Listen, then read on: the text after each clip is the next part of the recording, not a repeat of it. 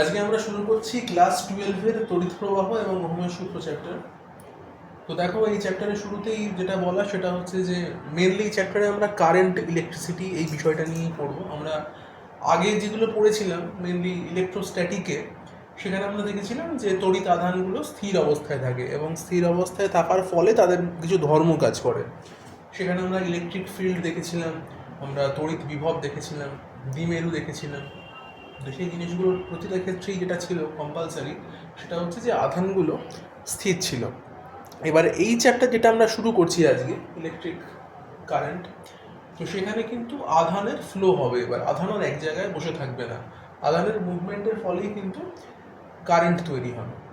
তো যাই হোক, আমরা একদম শুরুতেই খুব চেনা একটা বিষয় নিয়ে পড়বো, সেটা হচ্ছে ওহমের সূত্র।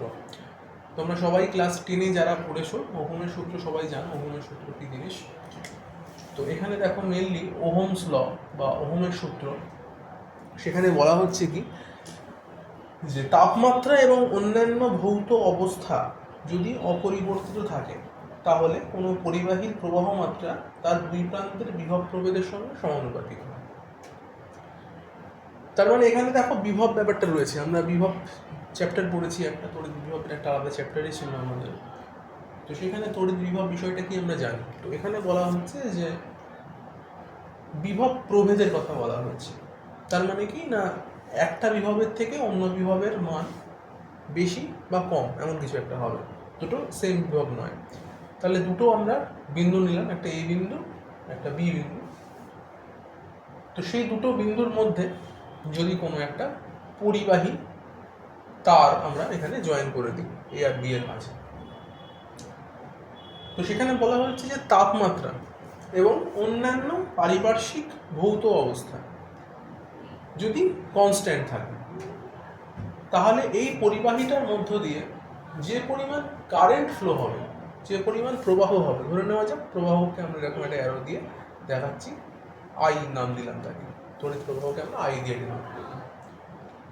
এবং যদি দুই প্রান্তের বিভব প্রভেদ, যদি এখানকার বিভব ভিএ হয়, এখানকার বিভব যদি ভিবি হয়, তাহলে বলা হচ্ছে যে I proportional to VA minus VB. এবং ধরে নিচ্ছি যে VA greater than VB, A পয়েন্টের ভোল্টেজ বি পয়েন্টের ভোল্টেজের থেকে বেশি, এরকম আমরা ধরে নিচ্ছি। তাহলে আমরা বলতে পারি যে যদি আমরা এটাকে ইকুয়ালিটি আনতে চাই তাহলে আমাদের লিখতে হবে যে VA minus VB equal I R, যেখানে আর হচ্ছে একটা কনস্ট্যান্ট। এবং এই কনস্ট্যান্টটাকে আমরা বলে দিচ্ছি যে যে পরিবাহীটা আমরা নিয়েছিলাম এই দুটো এ বি বিন্দুর মধ্যে, সেই পরিবাহীর রোধ। আর রোধের একক তোমরা সবাই জানো, রোধের একক হচ্ছে কিনা ওহম। ওহমকে আমরা এরকম একটা সিম্বল দিয়ে ডিনোট করি, এটা মানে হচ্ছে ওহম, এটা রোধের একক। তো এটা মোটামুটি জানা জিনিস, ক্লাস 10-এ এগুলো ছিল। তো এক ওহম বলতে আমরা কি বুঝবো না, জাস্ট যে ডেফিনেশনটা এক্ষুনি বললাম সেটাকে একটু সাজিয়ে গুছিয়ে বলা যায় যে কোনো একটা পরিবাহীর দু প্রান্তে যদি 1 ভোল্টের ভোল্টেজ ডিফারেন্স মানে বিভব প্রভেদ যদি তৈরি করা যায় তাহলে তার মধ্যে দিয়ে যদি 1 অ্যাম্পিয়ার তড়িৎ প্রবাহ ঘটে। কারেন্টের ইউনিট হচ্ছে অ্যাম্পিয়ার, অ্যাম্পিয়ার হচ্ছে তড়িৎ প্রবাহের একক। তো যেটা বলছিলাম যে যদি কোনো পরিবাহীর দু প্রান্তে 1 ভোল্ট বিভব প্রভেদ সৃষ্টি করা যায় এবং তার মধ্যে দিয়ে তড়িৎ প্রবাহ যদি 1 অ্যাম্পিয়ার হয় তাহলে ওই পরিবাহী রোধকে আমরা বলতে পারি 1 ওহম। ঠিক আছে, আচ্ছা। তো মেনলি তাহলে গেল ওহমের সূত্রটা গেল, এবং মানে আমরা এখান থেকে রোধ ব্যাপারটা কি বুঝতে পারলাম যে কোনো একটা পরিবাহীর মধ্যে দিয়ে যখনই কারেন্ট যাবে এবং সেখানে যদি ভোল্টেজ ডিফারেন্স থাকে তাহলে তার মধ্যে একটা রোধ তৈরি হয়ে যাবে। যাই হোক, তো ওহমের সূত্র বলতেই আমরা এখানে কিন্তু বুঝবো যে একটা পরিবাহী যার মধ্যে রোধ আছে। তো এবার আমরা যেটা চলে আসবো এটা হচ্ছে যে কারেন্টের সঙ্গে ভোল্টেজের রিলেশনটা কেমন। আমরা যখনই এরপর থেকে কারেন্ট ভোল্টেজ এরকম কোনো জিনিস নিয়ে পড়াশোনা করবো তখনই আমরা চেষ্টা করবো কি যে একটা গ্রাফ আঁকার, সেটা হচ্ছে কারেন্ট ভার্সেস ভোল্টেজের গ্রাফ। এটাকে আমরা বলি ক্যারেক্টারিস্টিক্স কার্ভ বা বৈশিষ্ট্য লেখ। তো সেখানে যদি আমরা এরকম গ্রাফ টানতে যাই, I versus V, current versus voltage, I versus V, এরকম যদি গ্রাফ টানি তো আমরা দেখবো যেটা যে এরকম একটা স্ট্রেট লাইন পাবো। কারণ আমরা একটু আগে দেখলাম যে ভি ইকুয়াল আই আর, এই ছিল আমাদের সূত্র। আমরা যদি এটাকে ওয়াই ইকুয়াল এম এক্স এর মতো চিন্তা করি তাহলে এরকম টাইপের গ্রাফ পাওয়া যায়। যদিও এখানে খেয়াল করে দেখবে যে ওয়াই কিন্তু ভি নয় আর এক্স কিন্তু আই নয়, এখানে উল্টোভাবে আঁকা হয়েছে। ওয়াইটা কিন্তু এখানে আই আর এক্স কিন্তু এখানে ভি। তো সেই কারণে আমরা ইকুয়েশনটাকে একটু ঘুরিয়ে লিখবো। কীভাবে লিখবো? লিখবো আই ইকুয়াল, যেহেতু ওয়াই অ্যাক্সিসটা আই করা আছে আর এক্সটা ভি করা আছে, তাই ওয়াই ইকুয়াল আই করবো। I equal 1/r into V, এইভাবে লেখা হবে। তার ফলে কি এখানে যে স্লোপটা আমরা পাচ্ছি, যে নতিটা পাচ্ছি, ধরো থিটা নতি পেলাম, তাহলে এখান থেকে বলতে পারবো ট্যান থিটা ইকুয়াল 1/r। তাহলে এখানে যে অ্যাঙ্গেলটা ক্রিয়েট হচ্ছে তার ট্যান যদি আমরা নিই সেটা হচ্ছে 1/r। তাহলে বুঝতেই পারছো এখান থেকে যে আর এর মান যত বেশি হবে তত কিন্তু এর নতি কম, আর যত কম তত নতি বেশি, এরকম ব্যাপারটা বুঝে রাখবো।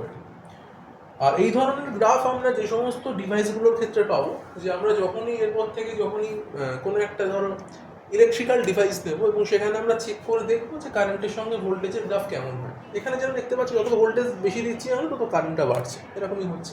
ভোল্টেজ বাড়ছে, কারেন্ট বাড়ছে, সেই অনুযায়ী একটা স্ট্রেট লাইন পাচ্ছি। তো সব পরিবাহীর জন্য যে এমনটা হবে এরকম কোনো কথা নয়। আমরা জানি, মানে ছোটো থেকে পড়ে আসছি যে পরিবাহী মানে সুপরিবাহী, কুপরিবাহী এরকম ধরনের জিনিসপত্রগুলো থাকে, বা আমরা অর্ধপরিবাহীর কথাও শুনেছি। তো সবার জন্য কিন্তু এইরকম গ্রাফ তার মানে প্রযোজ্য নয়। তো তার মানে যে সমস্ত পরিবাহী পদার্থের জন্য এরকম I versus V straight line graph আমরা পাবো, সেগুলোকে আমরা বলবো ওহমীয় পরিবাহী। আবার বলছি, যে সমস্ত পরিবাহীর জন্য আমরা আই এর সঙ্গে ভি এর যে গ্রাফ, সেখানে যদি আমরা স্ট্রেট লাইন সরলরেখা যদি পাই, তাদেরকে আমরা বলবো ওহমীয় পরিবাহী। বুঝা গেছে? তাহলে ওহমীয় পরিবাহী এরকম টাইপের দেখতে হবে, যেখানে আমরা একটা স্ট্রেট লাইন রৈখিক একটা গ্রাফ পাবো। আচ্ছা, বাকি ক্ষেত্রে কী হবে? বাকি ক্ষেত্রে যেটা হতে পারে যে সেই সমস্ত কেসে যেগুলো হয় যে এরকম স্ট্রেট লাইন হয়তো পাবো না, কিছুটা স্ট্রেট পাবো এবং তারপর থেকে দেখবো হয়তো এরকম কার্ভ টাইপের তৈরি হয়ে গেছে, পুরোটা স্ট্রেট হয়তো হচ্ছে না, এরকম কার্ভ তৈরি হয়ে যাচ্ছে। তো এরকম টাইপের যদি কার্ভ হয়, মানে হঠাৎ করে দেখা যাচ্ছে যে কম ভোল্টেজ ডিফারেন্স, মানে এই জায়গাটার ভোল্টেজ আর এই জায়গাটার ভোল্টেজ খুব সামান্য ডিফারেন্স, কিন্তু কারেন্টের একটা হিউজ অ্যামাউন্ট অফ চেঞ্জ এখানে দেখতে পাচ্ছি আমরা। তো সেরকম যদি হয় যে কম ভোল্টেজ ডিফারেন্স তুমি প্রয়োগ করলে এবং একটা বিশাল হিউজ অ্যামাউন্ট অফ কারেন্টের ফ্লো হয়ে গেল কোনোভাবে কোনো সার্কিটের মধ্যে, তো সেগুলোকে আমরা বলবো অওহমীয় পরিবাহী। সেখানে নন লিনিয়ার গ্রাফ এরকম দেখতে পাওয়া যায়, যেটা লিনিয়ার নেই আর নন লিনিয়ার হয়ে গেছে এই জায়গাটা, তো সেটাকে অওহমীয় পরিবাহী বলা হবে। তাহলে যেরকম বেশিরভাগ ক্ষেত্রে আমরা অর্ধপরিবাহীর ক্ষেত্রে দেখতে পাবো আর কি, অর্ধপরিবাহীর গ্রাফগুলো এরকম টাইপের হয়ে থাকে আর কি, যে কারেন্টের সঙ্গে ভোল্টেজের গ্রাফের ক্ষেত্রে এরকম টাইপের মানে একটা প্যারাবোলিক টাইপের একটা গ্রাফ দেখতে পাওয়া যায় আর কি। যাই হোক, তো কয়েকটা পয়েন্ট এখানে আমি মেনশন করবো। তার মধ্যে ফার্স্ট পয়েন্ট হচ্ছে যে এই রোধের ব্যাপারগুলোর জন্য, যে যেমন এখানে তুমি দেখতে পাচ্ছ যে ভোল্টেজ ডিফারেন্স আমি যদি মানে বাড়াই, কারেন্ট বাড়ছে, কিন্তু মানে আমার রোধ কিন্তু কনস্ট্যান্ট, সেক্ষেত্রে রোধের কোনো পরিবর্তন এখানে হচ্ছে না। তো রোধ কখন কখন পাল্টে যায়, তার মধ্যে ফার্স্ট পয়েন্ট মানে যেটা বলবো সেটা হচ্ছে যে সেলেনিয়াম এরকম একটা ধাতু যদি নেওয়া হয়, তো সেটা একটা এমন মানে পার্টিকুলার ধাতু সেলেনিয়াম, সেখানে যদি আমরা আলো ফেলি তাহলে কি হয়, তার রোধটা কমে যায়। তো রোধ কমে যাওয়া মানে কি, সেখানে বেশি অ্যামাউন্ট অফ কারেন্ট ফ্লো হবে। তাহলে মনে রাখো সেলেনিয়াম হচ্ছে একটা এরকম ধাতু যেখানে আলো ফেললে রোধ কমে যায়। আরেকটা বলি, সেটা হচ্ছে যেমন ধরো বিসমাথকে যদি আমি কোনো একটা ম্যাগনেটিক ফিল্ড মানে চৌম্বক ক্ষেত্রের মধ্যে যদি বিসমাথকে রেখে দেওয়া হয়, তাহলে তার রোধ বেড়ে যায়। রোধ বাড়ছে মানে কি, কারেন্ট ফ্লোটা একটু কমে যাবে, এরকম আর কি। কাঠকয়লার উপর যদি আমি মানে প্রেশার বাড়াই, চাপ দিই যদি বেশি করে, তাহলে কাঠকয়লার রোধ কমে যায়। এরকম কিছু জিনিস মনে রাখতে পারবে আর কি। আচ্ছা, নেক্সট এখান থেকে যেটা চলে যাবো সেটা হচ্ছে রোধাঙ্ক। রোধাঙ্ক কি জিনিস? রোধাঙ্ক হচ্ছে যে কোনো একটা একক ঘনক যদি আমরা নিই, তো সব মানে ক্লাস 10-এ কিন্তু পড়া হয়েছে, আমি জাস্ট একটু ছোটো করে মানে বলে বেরিয়ে যাবো, কারণ এগুলো খুব একটা পরীক্ষার জন্য ইম্পর্টেন্ট নয়, জাস্ট জানার জন্য একটু বলে রাখছি। একক ঘনকের যে কোনো দুই বিপরীত তলের মধ্যবর্তী অংশের যে রোধ, তার উপাদানকে আমরা বলছি উপাদানের রোধাঙ্ক। রোধাঙ্ককে আমরা এরকম রো দিয়ে ডিনোট করি। কেন বলছি এগুলো না, যেহেতু আমাদের মানে অঙ্ক করার সময় ফর্মুলায় লাগবে, এমসিকিউ অঙ্কগুলো আসবে, তার ফর্মুলায় তো লাগবেই। তাই একটু ছোটো করে বলে এগুলো বেরোবো যে R equal rho into L by A, এটা হচ্ছে আমাদের রোধাঙ্কের রিলেশন, মানে রোধের সঙ্গে রোধাঙ্কের সম্পর্ক। এটা রোধাঙ্ক বা রেজিস্টিভিটি। একক হচ্ছে ওহম সেমি, সিডিএসে হচ্ছে ওহম সেমি, আর এসআইতে হচ্ছে ওহম মিটার, এই আর কি। তো এই হচ্ছে একক। আর রো ফর রোধাঙ্ক, এটা মনে রাখো, এটা রো এর সাইন, এরকমভাবে রো এর সাইন দেওয়া হচ্ছে, এটা রোধাঙ্ক। এটা এল ফর লেন্থ, আর এ ফর এরিয়া, মানে আমি যে কন্ডাক্টরটা নিয়েছি, যে পরিবাহীটা নিয়েছি, পরিবাহীর লেন্থ, পরিবাহীর ক্রস সেকশনাল এরিয়া, এইটার উপরে ডিপেন্ড করছে রোধাঙ্ক কত হবে। আর রেজিস্ট্যান্স যেটা আর, সেটা তো আর রয়েছে, বললামই আর কি। এই বিষয়টা গেল। নেক্সট হচ্ছে পরিবাহিতাঙ্ক। পরিবাহিতাঙ্ককে আমরা সিগমা দিয়ে ডিনোট করবো, পরিবাহিতাঙ্ক বা কন্ডাক্টিভিটি। তো সেটা হচ্ছে কি না, এই রোধাঙ্কের যে অনন্যক, রোধাঙ্কের রেসিপ্রোকাল, তাকে আমরা বলছি পরিবাহিতাঙ্ক। এর একক হচ্ছে কত, মো, MHO। ওহমের উল্টো, তাই মো। এরকম আমরা ওহমকে যেরকম এরকমভাবে ডিনোট করি, মোকে এইভাবে ডিনোট করা হয়, এইরকম বিষয়টা। আচ্ছা, আর একটা জিনিস আছে যেটা পরিবাহিতা। পরিবাহিতা মানে হচ্ছে ওয়াই দিয়ে ডিনোট করা হয়। পরিবাহিতা বা অ্যাডমিটেন্স, সেটা মানে হচ্ছে রোধের উল্টো, ঠিক 1/r, সেটা মানে পরিবাহিতা। এর একক হচ্ছে মো পার মিটার। আচ্ছা, নেক্সট যেটা ইম্পর্টেন্ট, সেটা হচ্ছে রোধের উষ্ণতা গুণাঙ্ক। তো সেটা কি জিনিস না, রোধের উষ্ণতা গুণাঙ্ক মানে বুঝতে পারছো যে টেম্পারেচারের সঙ্গে রোধের যে পরিবর্তন, সেটা নিয়ে আমরা এবারে বলতে চাইছি কিছু একটা। তো ডেফিনেশন হচ্ছে যে 0 ডিগ্রি সেন্টিগ্রেড তাপমাত্রায় একক রোধ বিশিষ্ট কোনো পদার্থের প্রতি 1 ডিগ্রি সেন্টিগ্রেড উষ্ণতার পরিবর্তনের জন্য রোধের যে পরিবর্তন হয়, তাকে ওই পদার্থের রোধের উষ্ণতা গুণাঙ্ক বলা হয়। এটাকে আমরা আলফা দিয়ে ডিনোট করবো, রোধের উষ্ণতা গুণাঙ্ক আলফা। কোএফিসিয়েন্ট অফ রেজিস্টিভিটি, রোধের উষ্ণতা গুণাঙ্ককে আলফা দিয়ে ডিনোট করা হয়। সেটা কি হচ্ছে না, রোধের পরিবর্তন, মানে RT minus R0 by R0 into T, এই হচ্ছে এর ফর্মুলা। তো RT মানে কি, RT মানে হচ্ছে এক T ডিগ্রি সেন্টিগ্রেড তাপমাত্রায় কোনো জিনিসের রোধের মান কত, সেটাকে আমরা বলছি RT। R0 মানে কি না, এক 0 ডিগ্রি সেন্টিগ্রেড তাপমাত্রায় কোনো জিনিসের রোধ কত। আর টি ফর টেম্পারেচার, বুঝতেই পারছো যে টেম্পারেচারের জন্য রোধটা RT হয়েছিল, সেই টেম্পারেচারটা টি। তাহলে এই ফর্মুলা ইউজ করলে আমরা কোএফিসিয়েন্ট অফ রেজিস্টিভিটি বা রোধের উষ্ণতা গুণাঙ্কের মানটা পেয়ে যাচ্ছি। আর একক কি, একক হচ্ছে পার ডিগ্রি সেন্টিগ্রেড। মনে রাখো, আলফার ইউনিট হচ্ছে পার ডিগ্রি সেন্টিগ্রেড। আচ্ছা, এখান থেকে একটা গ্রাফ আমরা বার করতে পারি যে কিভাবে টেম্পারেচারের সঙ্গে রোধটা পাল্টাচ্ছে, সেই গ্রাফটাও দেখে নাও। এখানে যদি আর এর সঙ্গে আমরা টি এর গ্রাফ করি, তাহলে এইরকম টাইপের একটা গ্রাফ দেখতে পাবো। সেখানে এই জায়গাটা যেটা, সেটা আমরা মানে ডিফাইন করছে যে R0টা কত, মানে 0 ডিগ্রি সেন্টিগ্রেড টেম্পারেচারে রোধের মান কত, সেটা হচ্ছে R0 এই জায়গাটাতে। এটা 0 ডিগ্রি সেন্টিগ্রেড, বুঝতেই পারছো, এটা 3 ডিগ্রি সেন্টিগ্রেড, এখানে যদি বাড়বে আস্তে। আর এটা যেখানে হিট করছে সেটা হচ্ছে RT, হ্যাঁ 3 ডিগ্রি সেন্টিগ্রেড তাপমাত্রায় আর এর মানটা হচ্ছে RT। তো সেটা স্ট্রেট লাইনই পাচ্ছি আমরা। অ্যাকচুয়ালি এটাকে ভালো করে যদি ফর্মুলাকে সাজিয়ে লেখো, তাহলে আসবে হচ্ছে RT equal R0 into 1 plus alpha T, 2i equal mx plus c এর মতো দেখতে জিনিসটা, সেই হিসেবে এরকমভাবে গ্রাফ আমরা পাবো। আচ্ছা, নেক্সট যেটা বলবো সেটা হচ্ছে কার্বন রোধকের বর্ণ সংক্রান্ত নিয়ম। আমরা যখন প্র্যাকটিক্যাল কেসে যখন রোধ ইউজ করব, তো সেখানে রোধ বলতে আমরা বুঝবো কি, কার্বন রোধক। আমাদের যে রোধগুলো এমনিতে আমরা ব্যবহার করি কোনো রকম ইন্ডাস্ট্রিয়াল পারপাস বলো বা যে কোনো রকম মানে এক্সপেরিমেন্টাল পারপাসে, বা তোমার ধরো যে সমস্ত মানে আমরা বাড়িতে যে সমস্ত ইলেকট্রিক্যাল অ্যাপ্লায়েন্সগুলো আমরা ইউজ করছি, তার টিভি হতে পারে, ফ্যান হতে পারে, কম্পিউটার হতে পারে, সমস্ত কেসেই সেখানে রোধ ইউজ করতে হয়। তো রোধের মানে রোধটা কী করে বুঝবো যে কোনটা কত মানে রোধ, সেটা বোঝার জন্য কি করা হয়েছে না, রোধটা দেখতে এরকম টাইপের একটা সিলিন্ড্রিক্যাল একটা জিনিস, এরকম দুটো তার থাকে সাইডে, আর এর মাঝে কিছু কালার দেওয়া থাকে, এরকম পরপর এরকম তিনটে এরকম কালারের ব্লেন্ডিং দেওয়া থাকে, আর একটা একটু দূরে থাকে, এরকম কালারের বিভিন্ন রকম সিম্বল দেওয়া থাকে, লাল, নীল, হলুদ, সবুজ, এরকম বিভিন্ন কালার দেওয়া থাকে। এবং সেই কালার দেখে আমরা বুঝতে পারি যে কোনটা কত মানের রোধ। তো সেই সিম্বলটা কি দেখো কীভাবে বুঝি, তো সেখানে দেখো আমি কয়েকটা মানে কোডিং লিখে দিচ্ছি কোন কালার ফর কোনটা, সেটা বুঝতে খুব সুবিধা হবে। সেটা হচ্ছে দেখো এখানে লিখছি BROY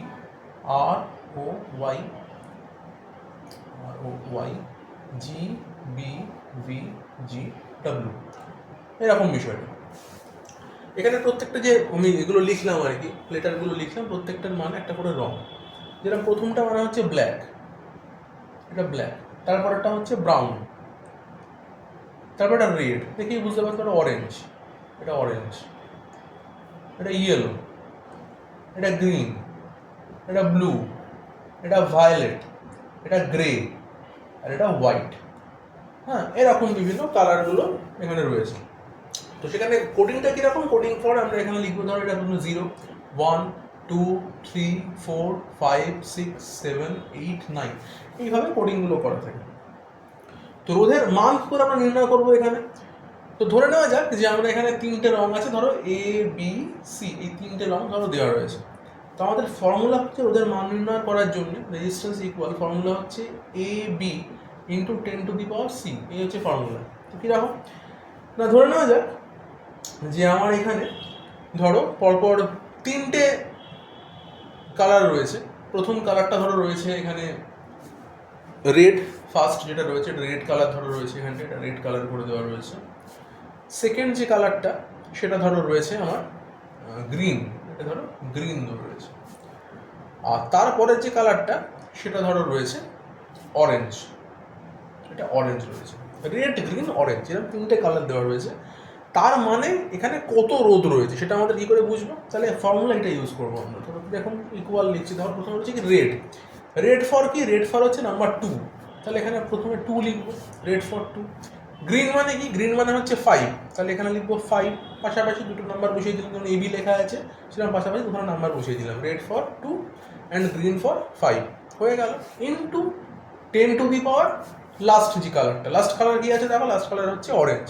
অরেঞ্জ মানে কত, নাম্বার 3, তাহলে 10³ তাহলে এত ওহম, 25 ইন্টু 10⁻³ ওহম, বাট এখানে আমরা বলতে পারি 25 কিলো ওহম, এরকম লিখতে পারো 25 কিলো ওহম বা 25 ইন্টু 10⁻³ ওহম, এরকম বিষয়টা। তো এইভাবে করতে পারবো আশা করি। বিভিন্ন কালারের যে নাম্বারগুলো সেগুলো পরপর বসালেই হয়ে যাচ্ছে। প্রথম কালার নাম্বার পরপর বসাচ্ছি, আর 3 নম্বর যে কালারটা রয়েছে সেটা 10-এর পাওয়ারে আমরা বসাচ্ছি, এই হচ্ছে ব্যাপারটা।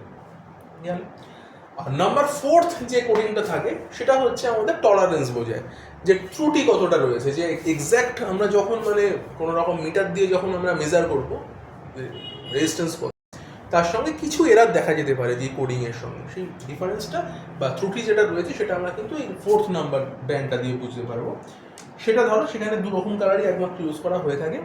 একটা হচ্ছে তোমার সোনালি হতে পারে, মানে রূপালি হতে পারে, মানে গোল্ডেন আর সিলভার, এই 2 রকমের রং এই 4thটাই হতে পারে। যদি এখানে তুমি দেখো যে গোল্ডেন কালার রয়েছে তাহলে বুঝবে যে 20% তোমার ত্রুটি হতে পারে, মানে কম বেশি হতে পারে। যে তোমার ধরো এখানে তাহলে 25 কিলো ওহম প্লাস মাইনাস তোমার তার 20%, যদি এটা গোল্ডেন হয় তবে। যদি গোল্ডেন না হয়, এটা সিলভার হয়, তাহলে কি, তাহলে আমরা বুঝবো এটা 10% ত্রুটি, প্লাস মাইনাস মানে 10% এর থেকে বেশি বা কম এরকম কিছু হতে পারে, এরকম বিষয়টা ত্রুটিটা এখান থেকে বলে দেওয়া যায়। তো মোটামুটি বোঝা গেল আশা করি কালার কোডিং বিষয়টা কি। আর একটা কথা সেটা হচ্ছে যে এই যে পরপর আমি নাম্বারগুলো লিখলাম, লেটারগুলো লিখলাম, সেটা মনে রাখার একটা সহজ উপায় রয়েছে। কিরমভাবে এটা মনে রাখতে হবে, এরমভাবে ধরে নেওয়া যাক যে এইটা কারো একটা নাম, বিবি রয়, এটা কারো একটা নাম, এরকম ভেবে রাখতে পারো যেটা বিবি রয় একটা নাম। তারপর হচ্ছে কি GBVGW, তাহলে BB Roy is a very good batsman and very good wicket keeper, এরকম মনে রাখতে পারো আর কি। বিবি রয় একটা প্লেয়ারের নাম, ভেরি গুড, প্রথমে ভেরি গুড না, প্রথমে হচ্ছে good batsman, BB Roy is a good batsman and very good wicket keeper, এইভাবে মনে রাখো, good batsman very good wicket keeper.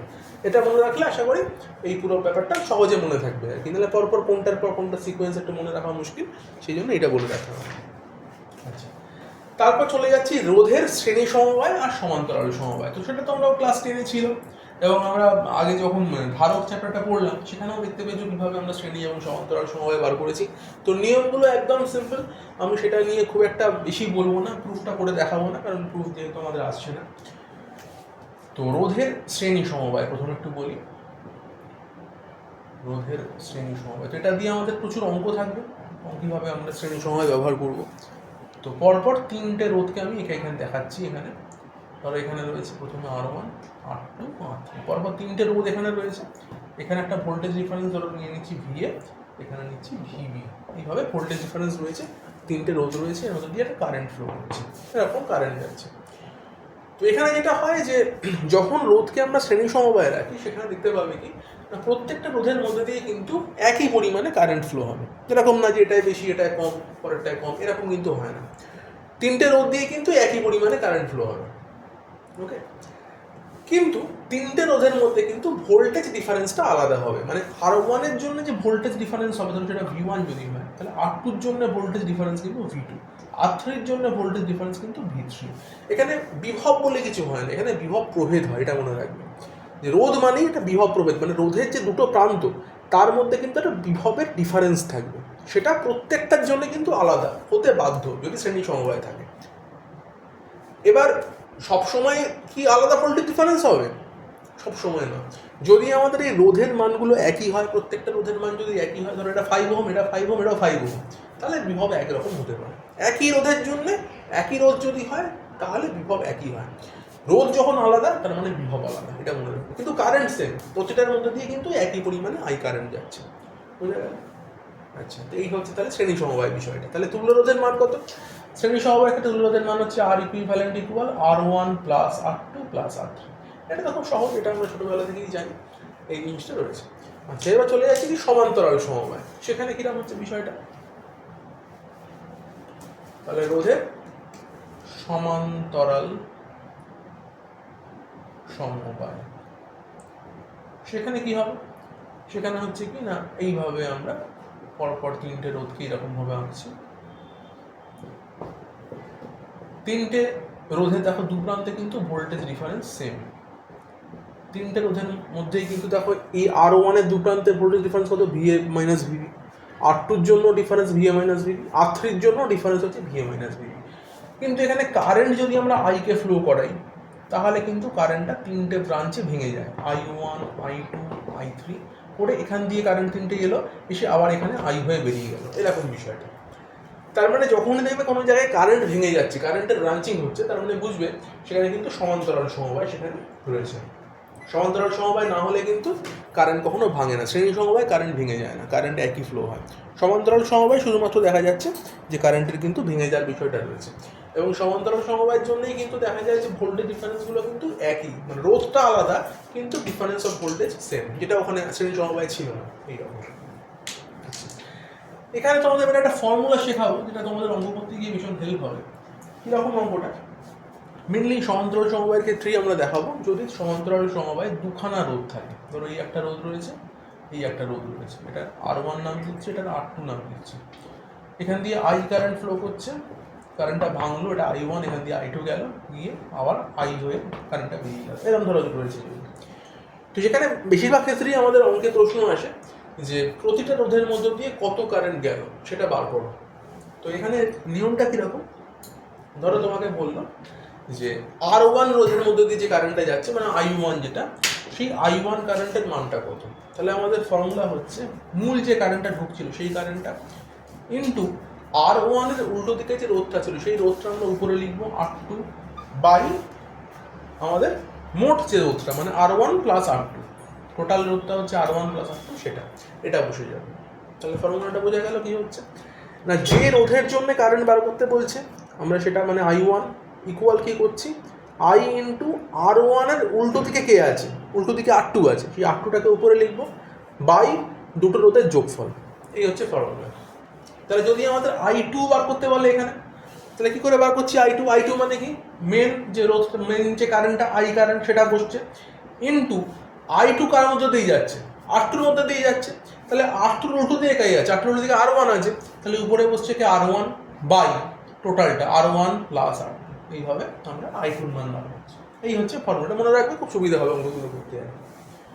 আচ্ছা, নেক্সট যেটা পড়াবো সেটা হচ্ছে বর্তনীতে তড়িৎ কোষের সংযোগ, অভ্যন্তরীণ রোধ আর নষ্ট ভোল্ট, এই বিষয়গুলো এরপরে চলে আসছে।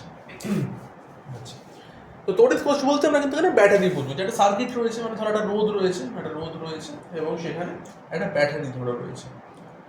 তো ব্যাটারি মানে সেখানে একটা তড়িৎ কোষ হিসেবে ব্যাপারটাকে আমরা বলছি তড়িৎ কোষ, এবং তড়িৎ কোষ মানে সাথে সঙ্গে একটা কিন্তু অভ্যন্তরীণ রোধ থাকে, মানে তড়িৎ কোষের মধ্যেই একটা অভ্যন্তরীণ রোধ থাকে যার মধ্যে কিছু পরিমাণ বিভব প্রভেদ হয়, এবং তারপরে বাকি বিভবটা কিন্তু বহিস্থ রোধে চলে আসে। এই আরটাকে আমরা বলছি বহিস্থ রোধ, আর কে বলছি বহিস্থ রোধ। ই ফর হচ্ছে তড়িৎ কোষ বা যাকে সেল বলা হয়, আর এই আরটাকে বলছি অভ্যন্তরীণ রোধ। অভ্যন্তরীণ রোধ যেটা, সেটা কিন্তু সেলের মধ্যে, মানে তড়িৎ কোষের মধ্যেই থাকবে, সেটা কিন্তু সার্কিটের পার্ট নয়, ব্যাটারির মধ্যেই সেই পার্টটা রয়েছে। তো দেখো এখানে তাহলে কি হবে, ধরো এটা ই একটা তড়িৎ কোষ রয়েছে, তার মধ্যে আই কারেন্ট ফ্লো হবে, আই কারেন্টটা আর এর মধ্যে দিয়ে পাস করছে, এইভাবে যাচ্ছে। আমরা ক্যাপিটাল আই কখনো স্মল আই লিখছি, ব্যাপারটা একই, মানে এরকম ভেবো না যে ওই স্মল আই মানে আলাদা ক্যাপিটাল আই মানে আলাদা, এমন নয়। এখানে আমরা আই বলতে কারেন্ট বুঝবো, সে যাই আই লিখি না কেন হচ্ছে। যাই হোক, তো দেখো ছবি যেটা রেখেছি এটা কি করছি, এখানে আর রোধের সঙ্গে একটা তড়িৎ কোষ আমরা যুক্ত করা দেখাচ্ছি, এবং তার তড়িৎ চালক বল ধরে নিচ্ছি তার মান হচ্ছে ই, ক্যাপিটাল ই। তো এই কোষের যে এই অবস্থাটা রয়েছে, এখানে ঋণাত্মক মেরুর থেকে ধনাত্মক মেরুর দিকে একটা স্থির তড়িৎ প্রবাহ কিন্তু চলতে থাকবে। তাহলে এখানে কি বললাম,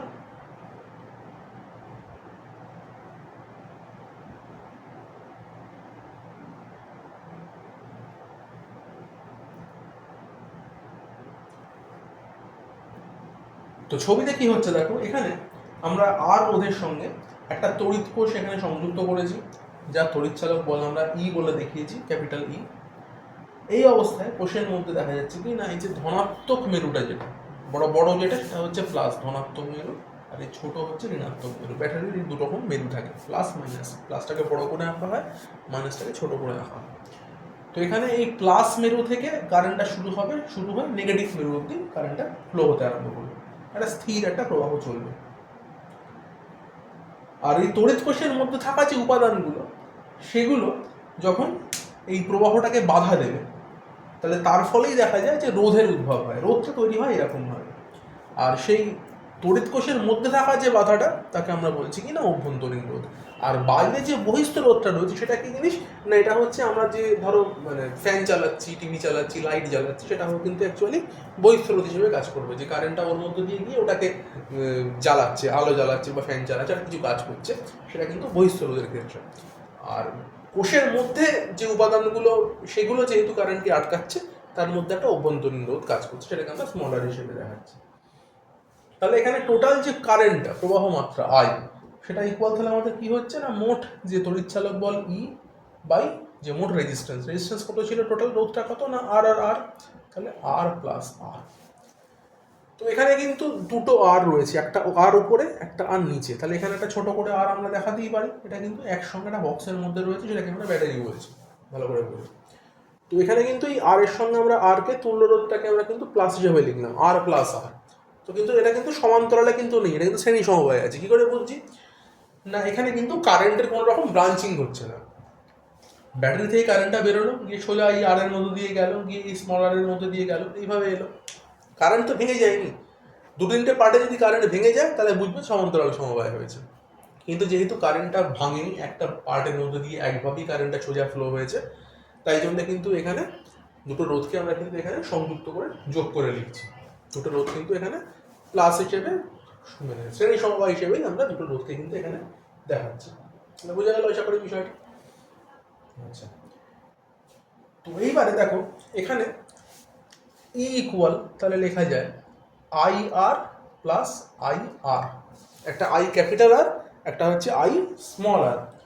তাহলে এখানে এই আই আর যে বিষয়টা, প্রথম যে আই আরটা রয়েছে আই ক্যাপিটাল আর, সেটাকে আমরা বলছি বহির্বর্তনীতে রোধের জন্য বিভব প্রভেদ। এই আর এর জন্য যে বিভব প্রভেদ, তাকে আমরা বলছি আই আর। আর এই যে স্মল যে আরটার জন্য আই আরটা হচ্ছে, সেটা হচ্ছে কোষের মধ্যে থাকা যে অভ্যন্তরীণ রোধ, তার জন্য বিভব প্রভেদ। তো এবার বিষয়টা দেখো, যে ভোল্টেজটা বা যে তড়িৎচালক বলটা আমরা এখানে প্রয়োগ করছিলাম, সেই তড়িৎচালক বলটার কিছু অংশ কিন্তু এই অভ্যন্তরীণ রোধের জন্য কিন্তু কিছুটা বিভব নষ্ট হয়ে যাচ্ছে, এবং বাকি বিভবটা কে পাচ্ছে না, এই আরটা পাচ্ছে। তার ফলে এই আই আরটাকে আমরা বলতে পারি, এটা একটা ভোল্টেজ যেহেতু, যেটাকে আমরা বলছি নষ্ট ভোল্ট বা লস্ট ভোল্ট, এটা লস্ট হয়ে যাচ্ছে কোষের মধ্যে, এই জন্য একে লস্ট ভোল্ট নাম দেওয়া হচ্ছে। তার ফলে কি দাঁড়ালো বিষয়টা, তাহলে এটা যদি আমরা ভাবি যে এই আর এর জন্য বিভব প্রভেদ যদি ভি হয়ে থাকে, তাহলে এই আই আর এর মানটা ভি। তাহলে এখানে ইকুয়েশন হচ্ছে E equal V plus I R, বা আমরা লিখতে পারি V equal E minus I R. তার মানে আলটিমেট দেখা যাচ্ছে যেটা, যে ভি কিন্তু অলওয়েজ ই এর থেকে ছোট হবে, ভি অলওয়েজ ই এর থেকে ছোট। মানে আমরা তড়িৎ কোষের যে আমরা ইলেকট্রোমোটিভ ফোর্স দিচ্ছি, তড়িৎ চালক বলটা দিচ্ছি, তার থেকে কিন্তু বহিস্থ রোধের যে বিভব প্রভেদ, তার মান অবশ্যই কম হবে। কারণ কিছু নষ্ট ভোল্ট তো হবেই, কিছুটা ভোল্টেজ আমাদের ভিতরে তড়িৎ কোষের ভিতরে লস হয়ে যাচ্ছে, সেই কারণে নষ্ট ভোল্ট আমরা পাচ্ছি এখানে।